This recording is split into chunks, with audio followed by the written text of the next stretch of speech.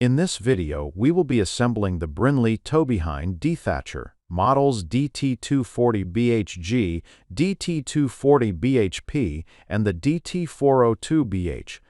Tools required for assembly: a 7/16 inch, a 1/2 inch, and a 3/4 inch wrench and socket. Note: this video will be following the manual and referencing the panels of your hardware skin pack included with your Dethatcher. Also, for faster identification of hardware during assembly, the illustrations on page 5 are to scale. To begin, carefully remove the tray and tine sub-assembly from the carton and lay flat on a working surface with the tines pointed up. Caution: to avoid injury, take care when handling the tray and tine sub-assembly. The tine tips can be sharp and cause injury.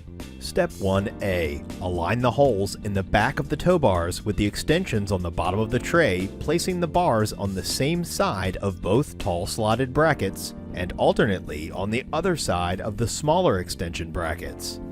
Add the two 5/16 inch flat washers from Skin Pack Section 1A to two of the 5/16 inch by 1 inch hex head bolts, and pass the bolts through the adjustable extension slots and the rear holes in the tow bars. Add two 5/16 inch nylock nuts and hand tighten only. We will adjust these later during calibration after the assembly.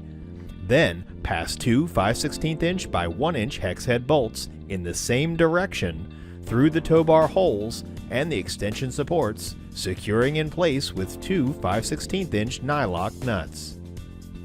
Step 1B. Attach the clevis using the hardware in panel 1B. Run the 1/4 inch by 1 1/4 inch carriage bolt through the openings at the other end of the tow bars. Start to add a 1/4 inch nylock nut on the end of the bolt, however, do not tighten yet. While straddling the bolt we just added, add two 5/16 inch by 2 inch carriage head bolts from below. Then align the two clevis plates above and below the tow bars as shown. Note: these bolts will pass through the clevis plates and between the tow bars. Secure both bolts in place with a 5/16 inch nylock nut. Then secure the 1/4 inch nylock nut from the previous bolt added to secure the clevis to the tow bars. From below, run the hitch pin through the two clevis plates and secure with a hairpin cotter. Step 1C. Now turn the Dethatcher over, resting the Dethatcher on the tine tips and the front of the tow bars. Step 2. Attach the lift lock using the hardware in panel 2A. Note: leave the assembly hardware loose for this step so that the tine height can be adjusted later. Align the two bottom holes on the lift lock to the two holes in the tow bar as shown. Add a 5/16 inch flat washer to two 5/16 inch by 1 inch hex head bolts and pass the bolts from the inside through the lift lock and the tow bars, securing in place with two 5/16 inch nylock nuts. Then, from the outside edge, run a 5/16 inch by 2 1/4 inch hex head bolt through the middle hole in the lift lock and start to add a 5/16 inch nylock nut.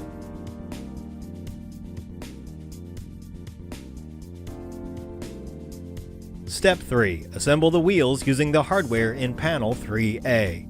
Pre-assemble the wheels by adding a 1/2 inch flat washer to a 1/2 inch by 3 inch hex head bolt, passing it through the outside of the wheel, adding another 1/2 inch washer, and add a 1/2 inch nut to the end of the bolt. If the bolts are too tight, loosen the bolts until the wheel can spin freely. Repeat the same step for the second wheel, adding a 1/2 inch flat washer to a 3 inch bolt, passing it through the wheel, adding another washer and a 1/2 inch nut. Then, attach the pre-assembled wheels to the wheel bracket using the hardware in panel 3B. Note: for hitch heights greater than 11 inches, use the upper hole on the wheel brackets to attach the wheels. If the bolts are too tight, loosen the bolts until the wheel can spin freely.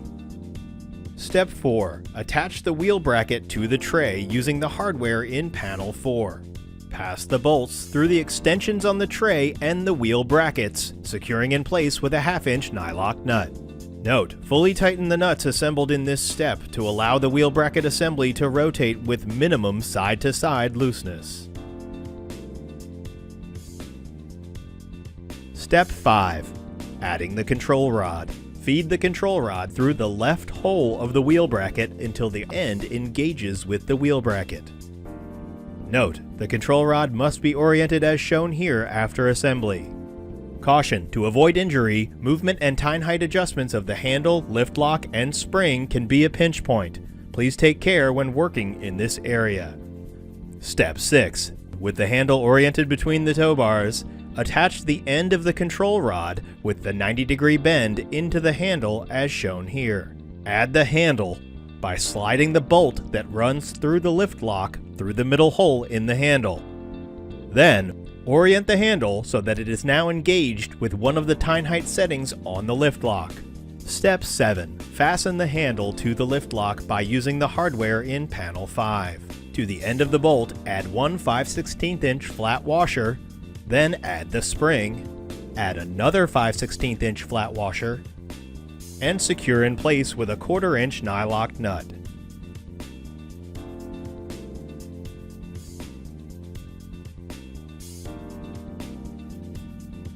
If you haven't already done so, place the vinyl grip from panel 6 onto the end of the handle.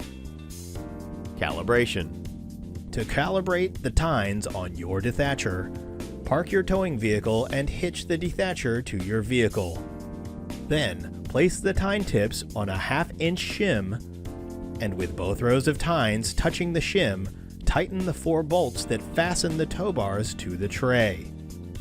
Then, shift the lift lock along its slots to make sure the wheels rest firmly on the ground surface.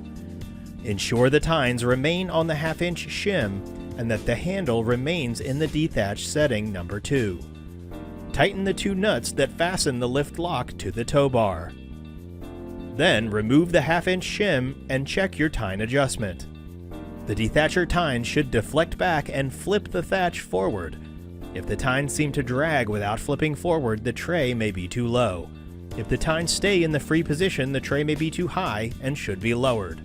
Make adjustments as necessary up or down by no more than 1/4 inch each time until proper results are achieved. Operating tips. This Dethatcher operates with hitch heights between 7 and 14 inches and has 3 positions. Position number 1 is the transport setting, which raises the tines so the Dethatcher can be towed without the tines touching the ground. Position number 2 is the detach setting, used for general dethatching.